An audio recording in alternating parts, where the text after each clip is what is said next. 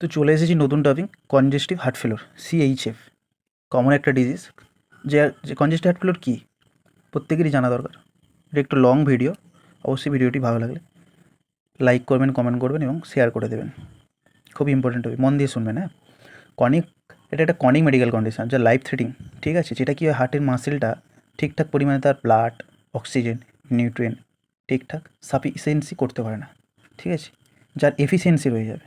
ঠিক আছে, ঠিকঠাক পাম্প করতে পারে না ব্লাড, যা যতটা দরকার সে ততটা নিতে পারছে না। ঠিক আছে, যার ফলে কি হচ্ছে, চেস্ট পেন হচ্ছে, হার্ট ফেল হয়ে যাচ্ছে।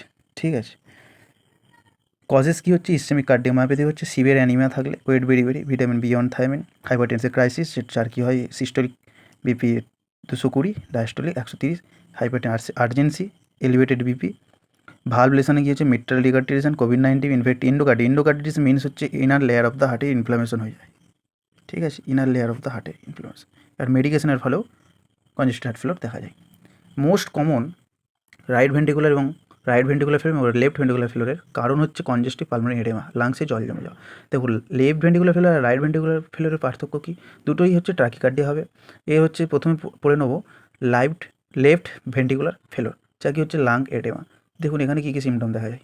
পিঙ্ক ফর্টিস স্পুটাম, ঠিক আছে, শর্টনেস অফ ব্রিথ থাকবে, হাইপোটেনশন হবে, অর্থোপনিয়া। হাইপোটেনশন মানে হচ্ছে ডিক্রিজ বিপি, বিপিটা লো হয়ে যাবে। অর্থোপনিয়া, পজিশন চেঞ্জের সাথে সাথে তার হার্ট রেট চেঞ্জ হবে। ইনক্রিজ হার্ট রেট বেশিরভাগটাই থাকবে, টাকিকার্ডিয়া। ঠিক আছে, পালস অল্টারনেট থাকে এবং অলিগেরিয়া এবং ক্র্যাকেল সাউন্ড শোনে। অলিগর হচ্ছে ইউরিনের অ্যামাউন্ট কমে যাওয়া, যাকে বলে অলিগোরিয়া। রাইট ভেন্ট্রিকুলার ফেলোর কী হচ্ছে, রেস্ট অফ বডি, যেটা জুগলার ভেনাস প্রেশারটা ইনক্রিজ হয়ে যায়। নর্মাল জুগলার ভেনার প্রেশার থেকে 5 to 8 সেন্টিমিটার H2, নর্মাল, এটা এই যে নর্মাল। তারপরে হচ্ছে হেপাটোমেগালি, স্প্লিনোমেগালি, নসিয়া ভমিটিং থাকে এবং পিডেল এডেমা। ঠিক আছে, পিডেল এডেমা দেখা যায়। এগুলো হচ্ছে রাইট ভেন্ট্রিকুলার ফেলোর। তো ডিসচার্জ টাইমে কী বলা হয় পেশেন্টকে? Identify risk factor, make client verbalize, no intake, decrease BP, medication complication. মানে কি, বিপি মেডিসিনটা আপনাকে অবশ্যই মর্নিংয়ে খেতে হবে। Avoid pain killer. ঠিক আছে, পেন কিলার বেশি খাওয়া যাবে না, কারণ non steroidal anti inflammatory disease harmful, এখানে স্পষ্ট লিখে দিয়েছে।